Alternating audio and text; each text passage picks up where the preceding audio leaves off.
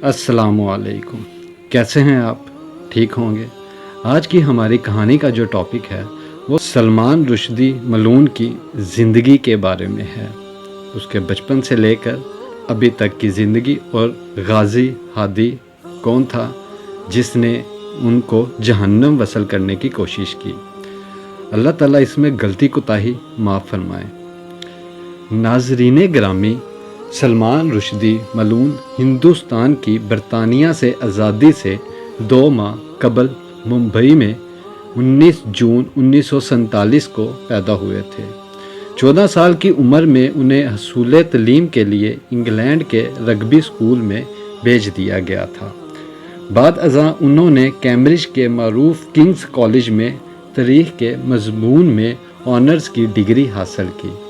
وہ برطانوی شہری بن گئے اور انہوں نے اپنا مسلم عقیدہ تبدیل کر لیا۔ پھر انہوں نے ناول لکھنے کے ساتھ ساتھ ایک ایڈورٹائزنگ کے کاپی رائٹر کے طور پر بھی کام کیا۔ پچھلی 2 دہائیوں میں اس نے Shalimar the clown, the enchantress of Florence, towards 8 months and 28 nights, the golden house اور کوئچ نامی ناول شائع کیے۔ اللہ معاف کریں اور ہمیں اپنے ایمان پر قائم رہنے کی توفیق دیں۔ پتہ نہیں اس سے کیا گناہ ہوا کہ کلمے کی سعادت تو گئی، اس نے ہمارے پیارے نبی صلی اللہ علیہ وآلہ وسلم کی شان میں گستاخانہ کتاب لکھی جو اسلام دشمنوں میں کافی مقبول ہوئی۔ میں سب مسلمانوں سے گزارش کروں گا اس کو دیکھنے کے لیے بھی مت پڑھنا کہ اس میں کیا لکھا ہے۔ کتاب کا نام سیٹینک ورسز، جو سن 1988 میں شائع ہوا۔ اس کتاب کو دنیا بھر کے مسلمانوں نے مذہبی توہین آمیز قرار دیا اور ایران کے اس وقت کے لیڈر آیت اللہ خمینی نے واجب القتل کا فتویٰ دیا۔ 75 سالہ رشدی ملون کو جان سے مارنے کی دھمکیاں دی گئی اور وہ اس ناول کی اشاعت کے بعد روپوش ہونے پر مجبور ہو گئے، اور برطانوی حکومت نے مصنف کو پولیس حفاظت میں رکھا تھا۔ یہ ان کی چوتھی کتاب تھی جس کی اشاعت کے بعد برطانوی پولیس کی جانب سے حفاظت میں رکھے جانے کے بعد برطانیہ اور ایران نے سفارتی تعلقات منقطع کر لیے تھے، لیکن مغربی دنیا کے مصنفین اور دانشوروں نے اس کتاب پر مسلمانوں کے رد عمل کو اظہار رائے کی آزادی کو لاحق خطرہ قرار دیا تھا۔ اس کتاب پر سب سے پہلے انڈیا نے پابندی لگائی تھی۔ پاکستان نے بھی مختلف دیگر مسلم ممالک اور جنوبی افریقہ کی طرح اس پر پابندی عائد کر دی۔ جنوری 1989 میں بریڈ فورڈ میں مسلمانوں نے رسمی طور پر کتاب کی ایک کاپی جلا دی تھی اور نیوز ایجنٹ ادارے WH اسمتھ کو وہاں اس کتاب کو رکھنے سے منع کیا تھا۔ تاہم سلمان رشدی نے توہین مذہب کے الزامات کو مسترد کیا تھا۔ فروری 1989 میں برصغیر میں رشدی مخالف فسادات میں کئی افراد مارے گئے۔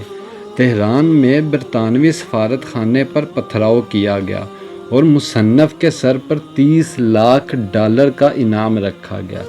دریں اثنا برطانیہ میں کچھ مسلم رہنماؤں نے اعتدال پسندی پر زور دیا، جبکہ دیگر نے ایران کے رہبر اعلیٰ آیت اللہ کی حمایت کی۔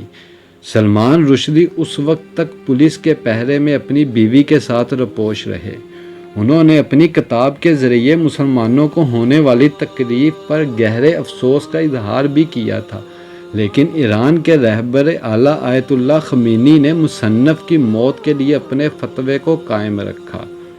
وائکنگ پینگون کے لندن کے دفاتر سے پبلشرز کو پکڑ لیا گیا اور نیو یارک کے دفتر میں عملے کو جان سے مارنے کی دھمکیاں دی گئی۔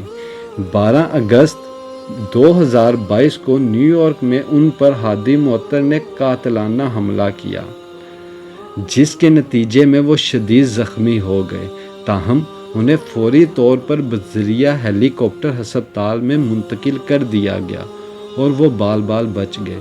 33 سال بعد 1.8 بلین مسلمانوں میں سب سے خوش قسمت تھا جس کو یہ سعادت نصیب ہوئی، اور اتنے لمبے عرصے بعد یہ ہادی معطر ہے کون؟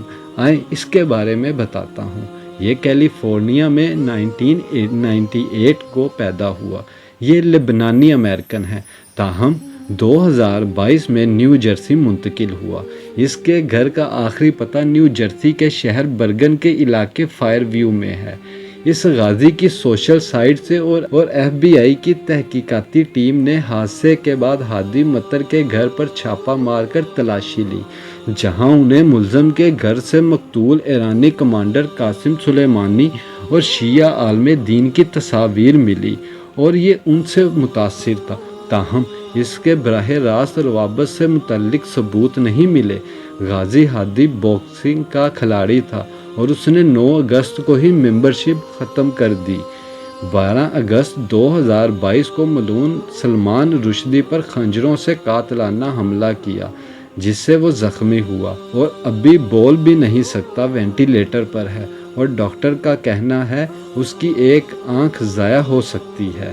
13 اگست کو غازی ہادی نے بیان دیا، مجھے اس پر کوئی افسوس نہیں، اللہ تعالیٰ غازی ہادی کی مدد فرمائے، آمین، اور اللہ ہر اس شخص کو برباد کرے جو میرے نبی پاک کی شان میں گستاخی کرے، اور ان کی حمایت کرنے والے کو بھی۔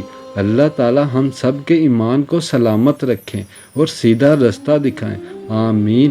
تاجدار ختم نبوت زندہ باد، زندہ باد۔ اگر آپ کو میری کہانی پسند آئی ہے اور آپ میرے چینل پر نئے ہیں تو کائنڈلی میرے چینل کو سبسکرائب کریں، بیل آئیکن کو دبائیں، لائک کریں، شیئر کریں تاکہ آپ کو آنے والی ویڈیوز ملتی رہیں۔ جزاک اللہ، اپنا خیال رکھیے گا،